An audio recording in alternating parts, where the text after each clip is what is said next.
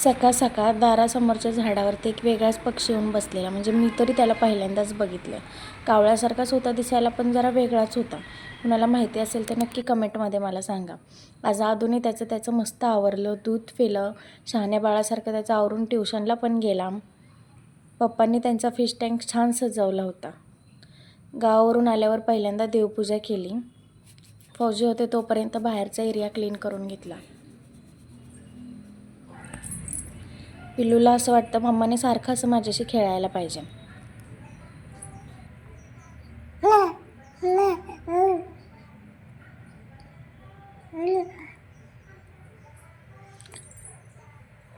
तिकडं चालले, पण इकडे माझे केस पकडलेत. त्याचं काय? सोड. आऊ, सोड मम्माची केस.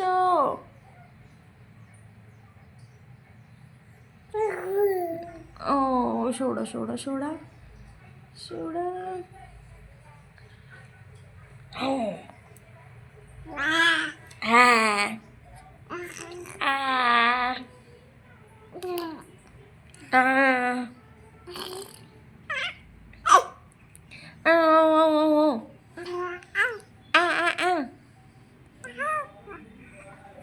खेळायचं असतं, नसतं खेळायचं असतं.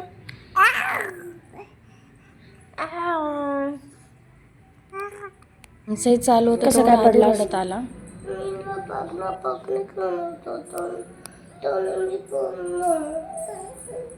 नीट लक्ष देऊन खेळायचं. बघू इकडे, औषध लावूया. औषध लावूया. लावायचं का? कसं काय पण ना बाळा माझं. पिल्लूला असं थोडा वेळ बसवलं तर त्याला खूप मज्जा वाटत होती. हाताने खेळणी पकडायला बघत होता. पिल्लूचं बघून दादाही तसाच बसला. त्याला पण तसंच खेळायचं होतं. संध्याकाळी आवरून पार्कला गेलो. पार्कला जायचं रुटीन जरा सेट करावं म्हटलं. माझंही थोडं चालणं होईल त्या निमित्ताने. आर्मी डेमो सगळीकडे कलर वगैरे चालला आहे. मस्त कलरफुल दिसत होतं सगळं. दादाला आमच्या कधी पार्कमध्ये जाईल असं होतं.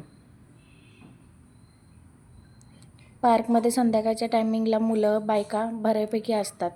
संध्याकाळच्या आधूलाही थोडं मुलांसोबत खेळलं की छान वाटतं.